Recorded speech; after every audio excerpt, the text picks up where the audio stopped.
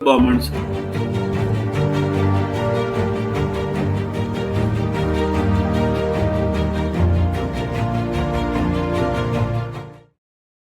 નમસ્કાર દર્શક મિત્રો, સોનાની વાત કરીએ આપણે, અને એ જ સોનાની વધારે વિગતે વાત આપણી હિન્દી ચેનલ છે ખબરદાર, એના પર આજે મુકાઈ છે. જોવાની ના ચૂકતા. મારી તમને વિનંતી છે ધ રિયલ ડિબેટના બધા જ દર્શક મિત્રોને કે તમે ખબરદાર પણ જોતા રહો. હવે ખબરદાર પર રોજ મુકાશે, એ હિન્દીમાં મુકાશે, અને હિન્દીમાં આપણે સમજી શકીએ છીએ, અને વિષયો જુદા જુદા રહેવાના, તો તમને ખરેખર ઉપયોગી થાય તેવું જ્ઞાન તમે ધી રિયલ ડિબેટ અને ખબરદાર ભેગું કરશો તો મળી રહેશે. રોજના બે, તો એક 6:30 મુકાય છે, એક 9 વાગે મુકાય છે, એટલે સમય પણ એકબીજાની સાથે સ્પર્ધામાં નથી. તો આજથી નક્કી કરો કે આપણે ખબરદાર થઈ જઈશું. ચલેગા ને હિન્દી? તો બાવા બન્યા હૈ તો હિન્દી બોલના પડતા હૈ. તો આપ તૈયાર થઈ જાઓ. દોસ્તો, સોનાની ચર્ચા કરીને એને એટલો ગજબનો પ્રતિસાદ મળ્યો છે કે આજે મેં હિન્દીમાં ખબરદાર પર સોનું ક્યારે ખરીદાય, ક્યારે વેચાય, કેટલું ખરીદાય, કેટલું વેચાય, કયા ભાવે ખરીદાય, કયા ભાવે ના ખરીદાય, શું કાળજી રાખવી, એની વિગતવાર વાત મૂકી છે. આજનું આપણું આ સોનાનું આર્ટિકલ રિયલ ડિબેટ ઉપરનો અને ખબરદારનું હિન્દીનું આર્ટિકલ બે ભેગા કરો એટલે તમારા મગજમાં સોનાનું સોના જેવું જ્ઞાન આવી જશે, મજા આવી જશે. અને હું તમને ખાતરીથી કહું છું કે પછી તમારે કોઈને પૂછવા નહીં જવું પડે. આજે ચાંદીની વાત કરીશ દોસ્તો. સોનું, પ્લેટિનમ અને બીજી ધાતુ, તાંબુ. આમાં ચાંદી એ મધ્યમ કક્ષાનો રોકાણકાર હોય એના માટે કેટલી યોગ્ય, શેના માટે આપણે આ ચર્ચા કરી રહ્યા છીએ આજે? એ ખૂબ મહત્વનો પ્રશ્ન આપણી સામે છે. ચાંદીમાં રોકાણ કરવું જોઈએ કે નહીં? અને જો કરવું હોય તો સોનું સારું કે ચાંદી સારી? કારણ કે આપણે તો બધું જ સારું જોઈએ છે, ગરબડ ક્યાંય નહીં. Best of everything is what we want. Platinum પણ જોઈએ, પણ આપણે હમણાં પ્લેટિનમની ચિંતા નથી કરવાના. હજુ સોનું, પછી અત્યારે આજે ચાંદી કરી રહ્યા છીએ ચર્ચા, પછી તાંબા વિશે વિચારીશું. એટલે તમને આ ધાતુઓ વિશે, એના રોકાણ વિશે સંપૂર્ણપણે તમે આત્મનિર્ભર થઈ જાઓ એ સ્થિતિએ લઈ જવાનો પ્રયત્ન છે મારો. અને જે માહિતી હું ભેગી કરું છું એ પણ એ કક્ષાની રહેશે.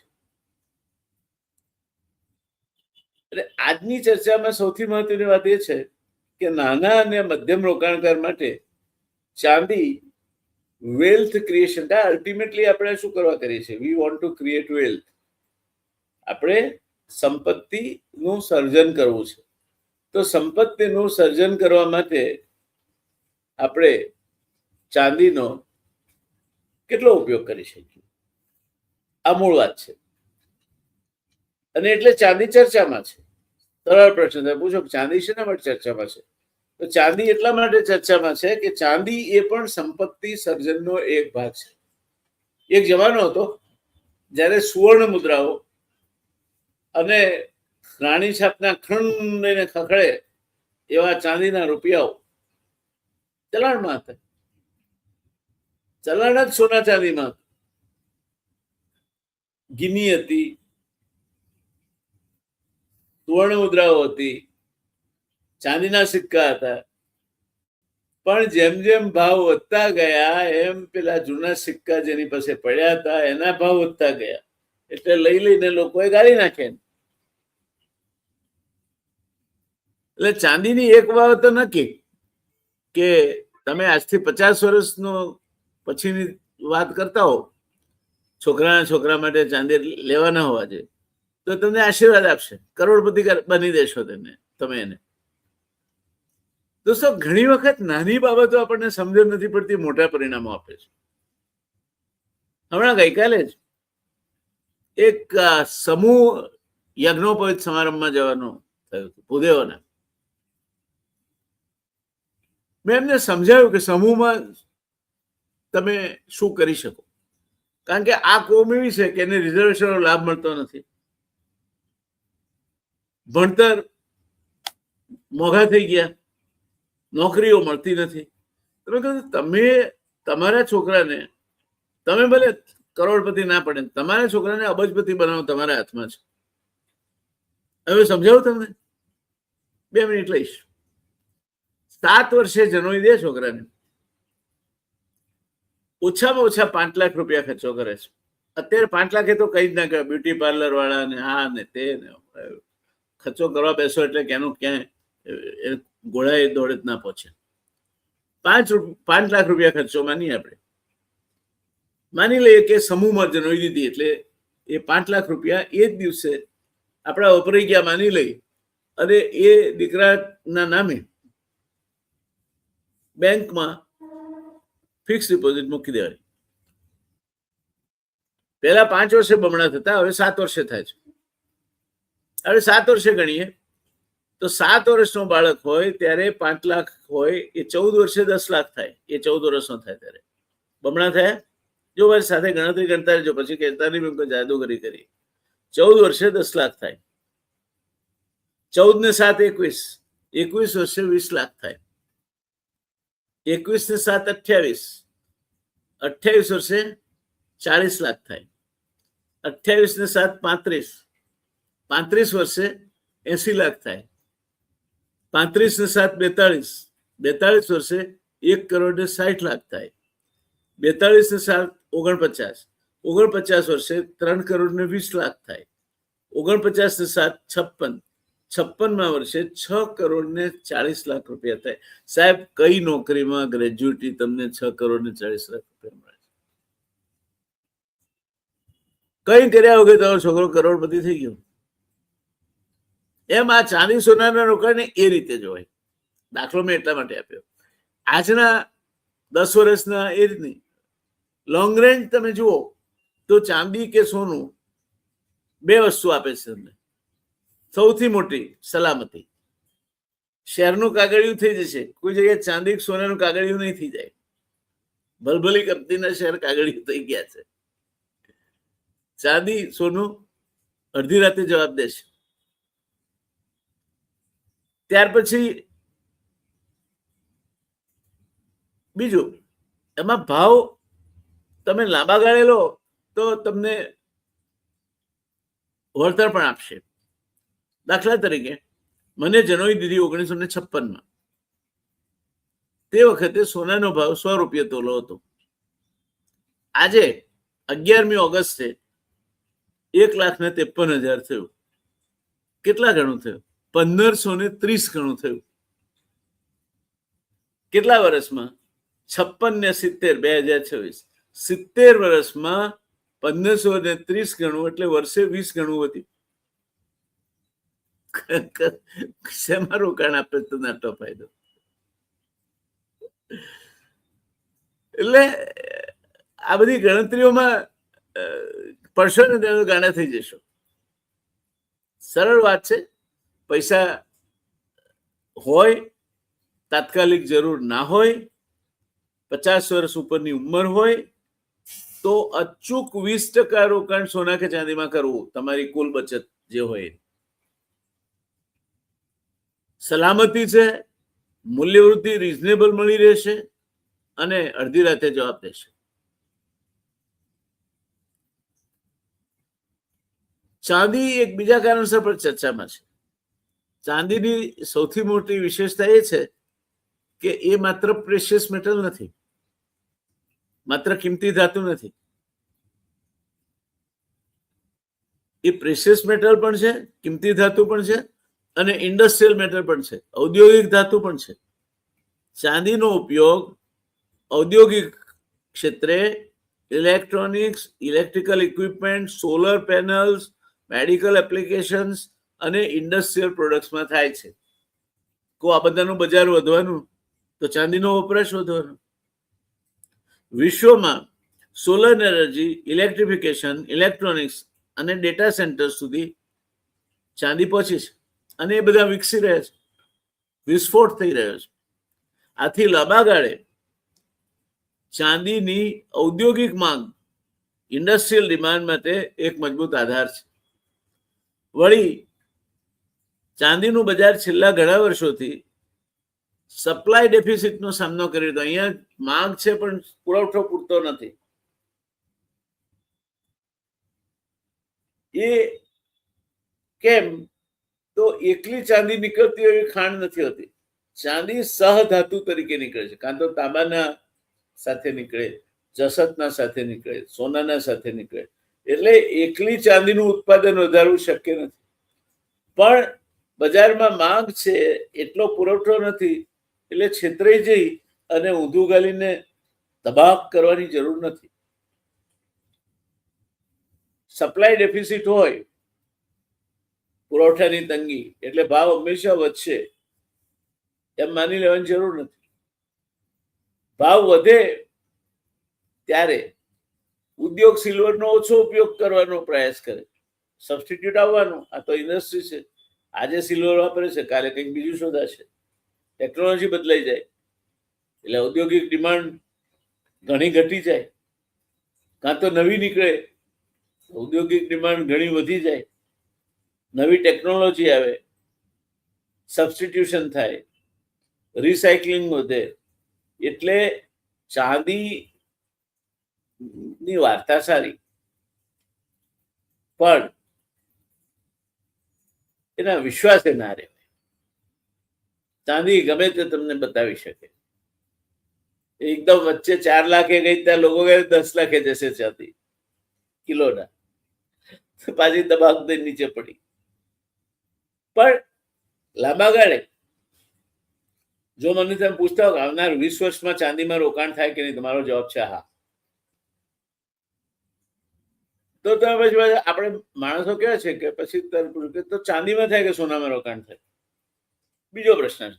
ફટાક તમે એક પ્રશ્નનો જવાબ આપ્યો નથી કે બીજો હાજર.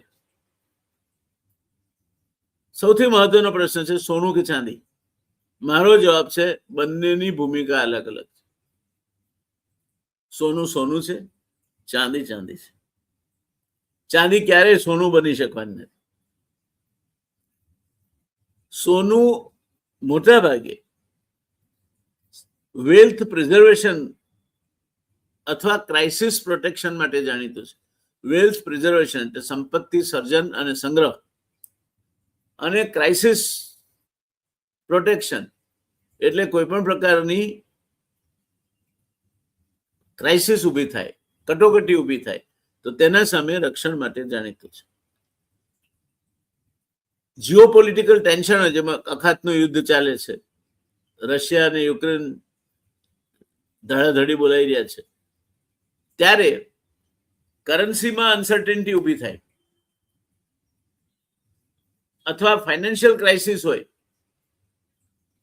ત્યારે પણ ધારો કે એકદમ દેશમાં ફુગાવો વધી ગયો તો સોનું હોય તો ચિંતા નહીં કરવાની, સોના હી તો સોના હે, ત્યારે સોનું કામ આવે. પરંતુ સિલ્વર નું ઇન્ડસ્ટ્રીયલ સાયકલ સાથે જોડાણ છે, એટલે સટ્ટો કરવો હોય તો ચાંદીમાં કરવાનો. સિલ્વરમાં વધઘટ વધારે ઓછી થઈ શકે સોના કરતા, પરંતુ જેમ એકદમ જમ્પ આવે એમ ધડામ કરતું નીચે પડે. એટલે સટ્ટા તમારો જો મિજાજ સટ્ટાખોર હોય તો ચાંદી તમારા માટે સારું રોકાણ છે. અને સલામત રોકાણ, અડધી રાતે જવાબ દે એવું રોકાણ તો સોનામાં રોકાણ કરવાનું. સરળ ભાષામાં સોનું એટલે સ્ટેબિલિટી, સ્થિરતા, અને ચાંદી એટલે ઊંચો જોખમ, હાયર રિસ્ક અને હાયર પોટેન્શિયલ, અને એટલો જ ઊંચો એની ક્ષમતા. આથી હું સિલ્વરને ગોલ્ડનું રિપ્લેસમેન્ટ ના કહું, સિલ્વરને એટલે ચાંદીને ગોલ્ડનું પૂરક કહું, સપ્લિમેન્ટ કહું. Silver is a complementary investment to gold. Gold has its own place, silver has its own place, gold has its own advantages, silver has its own advantages. આ મગજમાં તમારા સ્પષ્ટ અંકાવું જોઈએ. તો પ્રશ્ન આવે છે મારા મગજમાં પડદા ઉપર કે ચાંદીની સૌથી મોટી તાકાત કઈ? તો ચાંદીની સૌથી મોટી તાકાત છે એનું બેવડું ચરિત્ર. એ રોકાણ માટેની પણ મેટલ છે, પ્રેશિયસ મેટલ પણ છે અને ઇન્ડસ્ટ્રીયલ મેટલ પણ છે. એના બે રૂપ છે. સોનાનું એક જ રૂપ છે, it is a precious metal. અહીંયા બે ચરિત્ર છે. એ ઔદ્યોગિક વપરાશમાં પણ વપરાય છે અને પ્રેશિયસ મેટલ પણ છે. જો ગ્લોબલ ઇકોનોમી ઇલેક્ટ્રિફિકેશન તરફ આગળ વધે, સોલર પાવર વધે, ઇલેક્ટ્રોનિક વધે અને પાવર ઇન્ફ્રાસ્ટ્રક્ચરમાં ઇન્વેસ્ટમેન્ટ વધે તો ચાંદીની માંગને લાંબા ગાળે ટેકો મળશે. અને આ વધવાની શક્યતાઓ અત્યારે દેખાય છે. કાલે ઉઠીને કંઈ બીજું થાય જુદી વાત છે. પરંતુ બીજી બાજુ જો ચાંદી એકદમ મોંઘી થાય તો ઉદ્યોગો એનો વિકલ્પ શોધી કાઢશે. ઉદ્યોગો ચાંદીનો વિકલ્પ શોધી કાઢશે. કોઈ ચાંદી નથી પોસાતી, ચાંદીનો વિકલ્પ શોધો. તાંબુ વાપરતા હતા એના કરતા ચાંદી એ કોપર લોસીસ કહેવાય છે. તમે જો ઇલેક્ટ્રિકલ એન્જિનિયરિંગ ભણ્યા હો તો એમાં કોપર લોસીસ એટલે તાંબાના વાયરમાંથી કરંટ પસાર થાય તો અમુક ખોવાઈ જાય, એટલે કોપર લોસીસ કહેવાય. સિલ્વર એકદમ મસ્તીથી તમારો કરંટ પસાર કરી આપે.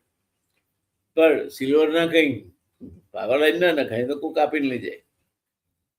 એટલે જો સિલ્વર ખૂબ મોંઘી થાય તો મેન્યુફેક્ચરર સિલ્વરનો ઓછો ઉપયોગ કરે, એનો વિકલ્પ શોધી કાઢે. એટલે સિલ્વર માટે સૌથી મોટો પ્રશ્ન માત્ર સપ્લાય નથી, ડિમાન્ડ કેટલી ટકાઉ રહેશે તે પણ મહત્વનું છે. સોનું તો દરેક દેશની સેન્ટ્રલ બેન્કો ખરીદવાની છે. 600-800 ટન સોનું ખરીદ નાખે એમના રિઝર્વમાં મૂકવા માટે. ચાંદી માટે એવું નથી. તો ચાંદી અને પ્લેટિનમની સરખામણીમાં શું કહેવું છે તમારે? તો પ્લેટિનમની વાત કરીએ તો એ પણ પ્રેશિયસ મેટલ છે. એનો ઉપયોગ પણ ઓટોમોટિવમાં થાય, જ્વેલરીમાં થાય, ઇન્ડસ્ટ્રીયલ એપ્લિકેશનમાં પણ થાય. પરંતુ એનું બજાર ચાંદી કરતા નાનું અને વધુ પ્રકારનું સ્પેશિયલાઇઝ માર્કેટ છે. એટલે નાના રોકાણકાર માટે પ્લેટિનમમાં લિક્વિડિટી અને એક્સેસિબિલિટી સિલ્વર અથવા ગોલ્ડ જેટલી સરળ નથી. નાના રોકાણકાર માટે પ્લેટિનમમાં રોકાણ કરવું હોય તો સરળતાથી ખરીદી અને વેચી શકાય એ શક્ય નથી અને એની ઉપલબ્ધિ પણ એટલી સરળ નથી. એટલે પ્લેટિનમને કોર પ્રેશિયસ મેટલ ઇન્વેસ્ટમેન્ટ કહેવા કરતા ટેક્ટિકલ ઇન્વેસ્ટમેન્ટ તરીકે જોવાનું પસંદ કરીશ. આને વ્યૂહાત્મક રોકાણ તરીકે, બહુ મોટું રોકાણ કરવાનું હોય તો વ્યૂહાત્મક રોકાણ તરીકે પ્લેટિનમને જોઈ શકાય. એટલે નાના અને મધ્યમ રોકાણકારો પ્લેટિનમને ભૂલી જાય. સોનું, ચાંદી, પછી ત્રાંબુ આવશે. આપણે તાંબાની વાત કરીશું. પેલેડિયમની વાત કરીએ. પેલેડિયમ એથી વધુ સ્પેશિયલાઇઝ મેટલ છે, ખાસ પ્રકારની ધાતુ છે. એનો મોટો ઉપયોગ ઓટોમોબાઈલ ઇન્ડસ્ટ્રીમાં થયો. પરંતુ ઓટોમોબાઈલ ટેકનોલોજી બદલાઈ રહી છે, ઇલેક્ટ્રિક વ્હીકલનો જમાનો આવ્યો, એટલે પેલેડિયમ માટે લાંબા ગાળાના પ્રશ્નો ઊભા થાય. એ ઉપરાંત તેની વોલેટાઇલિટી પણ વધારે હોઈ શકે. આથી સામાન્ય નાના રોકાણકાર માટે, ઇવન મધ્યમ રોકાણકાર માટે મારા મત પ્રમાણે પેલેડિયમ કરતા ગોલ્ડ અને સિલ્વર, સોનું અને ચાંદી વધુ સારા વિકલ્પ છે. હવે ચાંદી અને ત્રાંબાની વાત કરીએ તો ત્રાંબુ આજના સમયમાં પણ ખૂબ મહત્વનું મેટલ છે, મહત્વની ધાતુ છે. Electric vehicles, renewable energy, power grids, construction, data centres બધામાં તાંબુ વપરાય. પરંતુ તાંબુ એ પ્રેશિયસ મેટલ નથી. સોના અને ચાંદીની માફક એ કિંમતી ધાતુ નથી. તેનો ઇન્વેસ્ટમેન્ટ કેસ મુખ્યત્વે ગ્લોબલ ઇકોનોમિક ગ્રોથ અને ઇન્ડસ્ટ્રીયલ ડિમાન્ડ સાથે જોડાયેલો છે. એટલે સિલ્વર અને કોપર એકબીજાના વિકલ્પ તરીકે જોઈ શકાય નહીં. ચાંદી ચાંદી છે, સોનું સોનું છે, ત્રાંબુ ત્રાંબુ છે. ફિઝિકલ સિલ્વર કે સિલ્વર ETF. હવે પ્રેક્ટિકલ પ્રશ્ન થાય કે ETF ખરીદવા કે ચાંદીની પાટ અથવા સ્લેબ ખરીદવી, સિક્કા ખરીદવા. જો તમે ચાંદીમાં રોકાણ કરવા ઈચ્છો છો તો આ બેમાંથી કયો વિકલ્પ પસંદ કરો? ફિઝિકલ સિલ્વર કે ETF?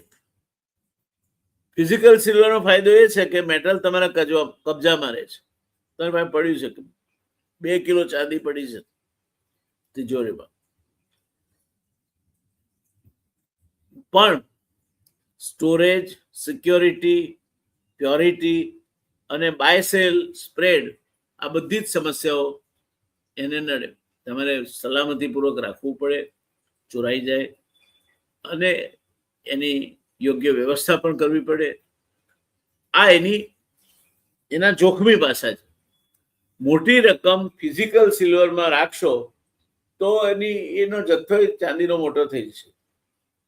1 ટન ચાંદી તમે ઘરમાં રાખી મૂકો કેવું લાગે તમને? એટલે મોટા રોકાણ માટે ETF વધુ વ્યવહારુ ઉકેલ છે. એમાં સ્ટોરેજની સમસ્યા નથી. માર્કેટ લિંક એટલે તમે શેરની માફક એને પણ બજારમાં ખરીદી વેચી શકો છો. પણ ETFમાં બજારનો જોખમ પણ છે. ચાંદીનો ભાવ ઘટે એટલે ETF પણ ઘટે, અને એક્સપેન્સ તથા ટેક્સેશન પણ ધ્યાનમાં લેવું જરૂરી. એટલે તમે કેટલા મોટા જથ્થામાં રોકાણ કરવા માંગો છો એના ઉપર, વધારે મોટું રોકાણ હોય તો ETFમાં જવું, નહીં તો ફિઝિકલ સિલ્વર વિચારી શકાય. સૌથી મોટી ભૂલ શું કરીએ છીએ આપણે? તો ચાંદીમાં રોકાણ કરતી વખતે સૌથી મોટી ભૂલ છે ભાવ વધી રહ્યો છે એટલે હવે ખરીદી લેવી. ચાંદી જયારે વધતી 4 લાખ પાર કરી ગઈ ને ત્યારે હવે 10 લાખ થઈ છે કરીને ઘણા લોકોએ ચાંદીમાં આંધળુકિય રોકાણ કરેલું છે. એ અત્યારે રડે છે બેઠા બેઠા. આ ફોમો છે. એટલે આવીને નહીં તો તક જતી રહેશે, ગાડી ચૂકી જઈશું, એવો ફોબિયા છે. કોઈ પણ અસ્ક્યામત અસેટ ખૂબ ઝડપથી વધે ત્યારે રિટેલ ઇન્વેસ્ટર છેલ્લે પ્રવેશ કરે, રાહ જોતો હોય, અને પછી કરેક્શન આવે, એકદમ વધ્યું છે એટલે પડવાનું, ત્યારે સૌથી વધારે ગભરાઈને ઉંદરડાની માફક પહેલા વાળમાંથી કૂદી પડે તો રિટેલ ઇન્વેસ્ટર કૂદી પડે. મોટા ઇન્વેસ્ટરને કોઈ દર નુકસાન થતું નથી, બેઠા હોય આરામથી, વધશે પછી દેખા જાય. એટલે સારો અસેટ પણ ખરાબ ઇન્વેસ્ટમેન્ટ બની શકે. ચાંદી અસેટ તરીકે સારી છે, પણ ઇન્વેસ્ટમેન્ટ ખરાબ બની શકે તમે જો ફોમો એટલે તક ચૂકી ના જવાય માટે એને મૂધું ગાલીને રોકાણ કર્યું હોય અને તમે ખોટા ભાવે અથવા ખૂબ મોટી ક્વોન્ટિટી ખરીદીને બેસી ગયા હો અને પછી કરેક્શન આવે, ગભરાઈને વેચી મારો, લોસ બુક કરી લઈએ, પ્રોફિટ બાજુ પર રહી જાય. નાના રોકાણકાર માટે કેટલી સિલ્વર? આ સૌથી મહત્વનો પ્રશ્ન છે, કારણ કે આપણા દર્શકો મોટાભાગે નાના રોકાણકારો છે. પોર્ટફોલિયોમાં સિલ્વર કેટલું હોવું જોઈએ? તમે 100 રૂપિયાનો તમારો પોર્ટફોલિયો હોય તો એમાં ચાંદી કેટલી હોવી જોઈએ? મારી સામાન્ય વિચારસરણી મુજબ પ્રેશિયસ મેટલ્સનો પોર્ટફોલિયો નો એક ભાગ બનાવવો જોઈએ, એનો પોર્ટફોલિયો ના હોય.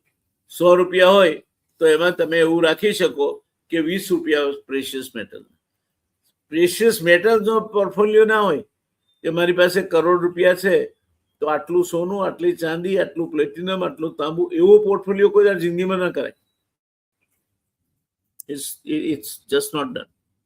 ઉદાહરણ તરીકે જો કોઈ વ્યક્તિ પ્રેશિયસ મેટલ્સ માટે કુલ 10% એલોકેશન રાખે તો તેમાં મોટો હિસ્સો ગોલ્ડમાં અને નાનો હિસ્સો સિલ્વરમાં રાખો. તમે ₹100માંથી 10% રાખ્યો પ્રેશિયસ મેટલ માટે, તો 10માંથી ₹7 સોના માટે રાખવા, ₹3 ચાંદી માટે રાખવા.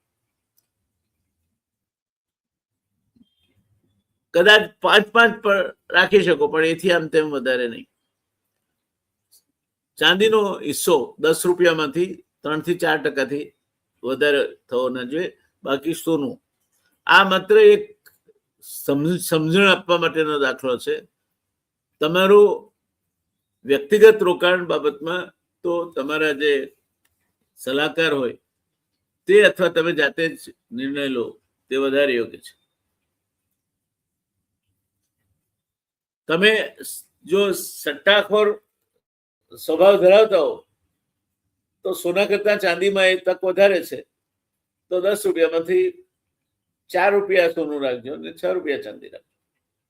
પણ એ તમારી જાતની એનાલિસિસ કરવી પડે. Don't keep all your eggs in one basket. Precious metals માટેની બધી જ રકમ ચાંદીમાં રોકી નાખવી યોગ્ય નથી. એક સાથે કરવી કે ધીમે ધીમે.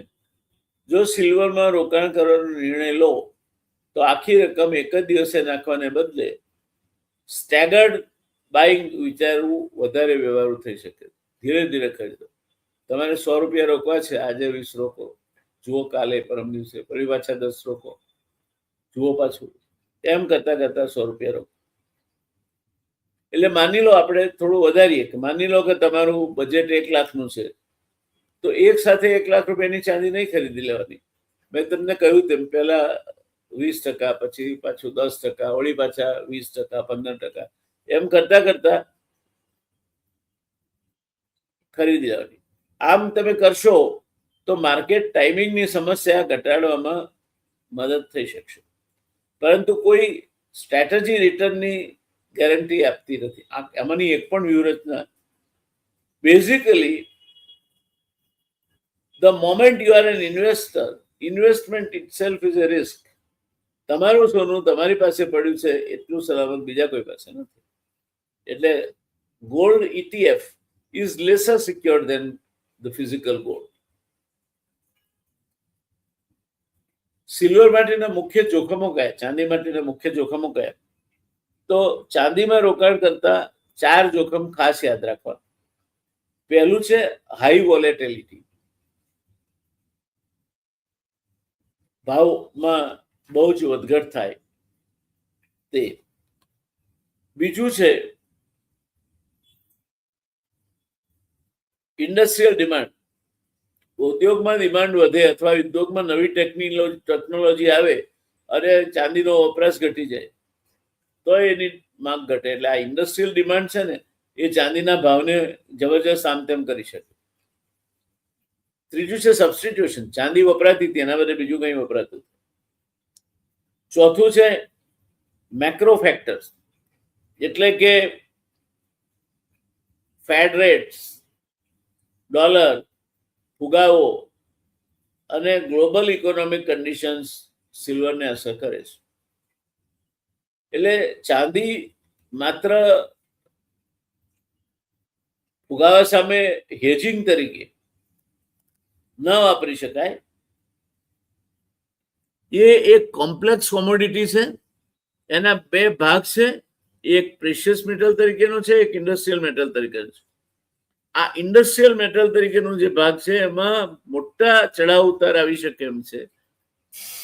જો એકદમ ઇન્ડસ્ટ્રીની ડિમાન્ડ વધી જાય, ટેકનોલોજી એવી આવે કે એમાં ચાંદી વધારે વપરાય, તો ચાંદીના ભાવ આસમાને અડી જાય, ઘટી જાય તો પડી જાય. અને ઇન્ડસ્ટ્રી છે ને હંમેશા ઇનોવેટ કરવાની. એને ચાંદી મોંઘી પડે છે તો એ હંમેશા સતત તેનું સંશોધન કરીને ચાંદીને કેમ બાજુ પર કરીને બીજું કંઈ નાખવું, એના પ્રયત્નમાં રહેશે. એટલે આ ખ્યાલમાં રાખો. તો પછી તમારે પૂછો તો મારે કઈ રીતે પસંદગી કરવાની? મારી પસંદગી શું? જો હું નાના અને મધ્યમ રોકાણકારો માટે 4 મેટલ્સ મારે જો નાના અને મધ્યમ રોકાણકારોને સૂચવવાના હોય તો પહેલો નંબર સોના હી તો સોના હે, ગોલ્ડ. બીજો નંબર એટલે ગોલ્ડ શેના માટે? તો વેલ્થ પ્રિઝર્વેશન, તમારી સંપત્તિ જળવાઈ રહે અને સ્ટેબિલિટી, સ્થિરતા માટે. બીજો નંબર ચાંદી, ડાયવર્સિફિકેશન અને હાયર રિટર્ન પોટેન્શિયલ માટે. સોનામાં રોકાણ છે, ચાંદીમાં પણ થોડું કર્યું છે. તમને ચાંદીમાં કદાચ તેજીનો પવન મળી જાય તો તમારું રોકાણ એળે ના જાય અને ફાયદાકારક બની જાય. ત્રીજો નંબર આપું પ્લેટિનમને, એ સ્પેશિયલાઇઝ ટેક્ટિકલ એક્સપોઝર માટે. અને ચોથો નંબર પેલેડિયમને, હાઈ રિસ્ક સ્પેશિયલાઇઝ ઇન્વેસ્ટમેન્ટ કરવું હોય તો કરવું. તો પછી તાંબુ ક્યાં આવ્યું? એ ચર્ચા આપણે અલગથી કરવાના છે, એટલે અહીંયા વિગતે ચર્ચા નહીં કરું. પણ તાંબુ ઉદ્યોગ સાથે વધારે સંકળાય છે, પણ તાંબાને તાંબાની સાથે જોડીશું આપણે. અંતિમ નિર્ણય શું? સિલ્વર ખરીદવી? મારો જવાબ છે હા, પરંતુ સમજદારીપૂર્વક આજના ભાવે. સિલ્વરની લોંગ ટર્મ સ્ટોરી ઘણી મજબૂત છે. ઇન્ડસ્ટ્રીયલ ડિમાન્ડ છે, સાવ ઝીરો નથી થઈ જવાની. સપ્લાયની મર્યાદાઓ છે, કારણ કે એ સહધાતુ તરીકે નીકળે છે, એકલી ચાંદીની ખાણ નથી હોતી. અને ગ્લોબલ ઇલેક્ટ્રિફિકેશન સિલ્વર માટે લાંબા ગાળે સકારાત્મક પરિબળ બનવાનું. પરંતુ એની સાથે વોલેટાલિટી એટલે ચઢ-ઉતરનો સામનો કરવાની તૈયારી રાખવાની. સટ્ટાકીય રોકાણ છે. સબસ્ટિટ્યુશન નું જોખમ છે, અને આજના ઊંચા ભાવ પછી કરેક્શનની શક્યતા પણ અગવડની નહીં. એટલે કરેક્શન આવે ત્યારે પછી ચૂપચાપ બેસી રહેવાની તૈયારી રાખવી પડે. વળી પાછું ઉચકાય ત્યારે નીકળી જવું તો નીકળી જવાય. તો કરેક્શન આવે ત્યારે તમે પેલા ઉંદરડાની માફક ગભરાઈ કૂદી પડો તો નુકસાન થાય. આ બધા કારણોસર હું ચાંદીને કોર ઇન્વેસ્ટમેન્ટ નથી ગણતો, એને સેટેલાઇટ ઇન્વેસ્ટમેન્ટ ગણું છું. એક થોડુંક રાખવું એમ. સટ્ટાકીય તેજીના પવનનો લાભ મળી જાય તો ગોલ્ડમાં હોય રોકાણ, ચાંદી એ તમને સરવાળે તમારો રિટર્ન સુધારી જાય. મારા માટે સરળ ફ્રેમવર્ક છે. ગોલ્ડ પોર્ટફોલિયોનું એન્કર છે, તમારું વાણ, એનું લંગર સોનું છે. ચાંદી એ એનું સેટેલાઇટ છે, એને ગાઈડ કરે છે. ઇક્વિટી એ લાંબા ટર્મ વેલ્થ ક્રિએશન, સારી કંપની, સારું મેનેજમેન્ટ, સારી પ્રોડક્ટ, તો લાંબા ગાળે વેલ્થ ક્રિએશન શેર્સથી કરી શકાય. ડેટ તમે બોન્ડ લો કે ફિક્સ ડિપોઝિટમાં મૂકો કે પોસ્ટલ સેવિંગ સર્ટિફિકેટ લો તો એ સ્ટેબિલિટી છે, એમાં કોઈ ચિંતાનું બીજું કારણ નથી. અને કેશ લિક્વિડિટી છે, એ વપરાઈ જાય પણ ખરી. ગજવામાં બહુ પડ્યા હોય, કુદાકુદ કરતા હોય તો વપરાઈ જાય પણ ખરા. આ બધું ભેગું થાય એટલે ડાયવર્સિફાઈડ પોર્ટફોલિયો બને. તમારે કેશ પણ હોવી જોઈએ, લિક્વિડિટી વગર તો ચાલવાનું જ નથી ભાઈ. એટલે તરલતા હોવી જોઈએ, નહીં તો લિક્વિડિટી નહીં રાખો તમે તો જ્યારે તક આવશે ત્યારે રોકાણ નહીં કરી શકો. આ ચર્ચાના સમાપનમાં મારે એટલું જ કહેવાનું છે કે રોકાણમાં સૌથી મહત્વનો પ્રશ્ન એ નથી કે ચાંદી કેટલી વધશે. સાચો પ્રશ્ન એ છે કે મારા પોર્ટફોલિયોમાં ચાંદીને હું કઈ રીતે જોઉં છું. જેમ ચેસની રમતમાં તમે જુઓ તો રાજા હોય, વજીર હોય, રૂક એટલે હાથી હોય, બિશપ એટલે ઊંટ હોય, ઘોડા હોય અને પોન પણ હોય. અને ચેસમાં ઘણીવાર પીસ સેક્રિફાઈસ કરીને પોન બચાવી લો ને રમત જીતી જવાય છે. એટલે આ સિલ્વર છે ને એ કેટલી રાખવી કેટલી નહીં તમારી વ્યૂહરચના ઉપર આધારિત છે. તમે 20 થી 25% કરેક્શન આવે ત્યાં સુધી જો તમે સહન કરી શકો એમ હો એટલું રોકાણ સિલ્વરમાં કરો. એકદમ ખેંચાઈ નહીં જવું, વ્યાજે પૈસા લઈને નહીં કરવું, ક્યારે નહીં કરવું. બધા ખરીદી રહ્યા છે, ભાવ વધી રહ્યો છે, તમે સાવધાન રહો. તમારો તમે કયો હેતુ શું છે? બધા કરે છે એટલે ખરીદો છો? ના, તો ના ખરીદશો. ટ્રેન્ડ પાછળ દોડવું એ રોકાણ નથી. વેલ્યુ સમજવી એ રોકાણ છે. અને નાના તથા મધ્યમ રોકાણકાર માટે મારી એક સરળ વાત છે દોસ્તો, ચર્ચાના સમાપનમાં. Gold first, silver second, diversification always. આભાર. મળતા રહીશું ત્રાંબા વિશે ફરી કોઈ વાર. અને ચર્ચા સમાપન કરતા પહેલા ફરી એકવાર ખબરદાર પર અત્યારે ગોલ્ડ ને લગતા જે મુદ્દાઓ અહીંના વિડીયોમાં નથી ચર્ચાયા, અત્યારે ચર્ચાઈ રહ્યા છે. 6:30 વાગ્યાની વાત કરું છું સાંજના.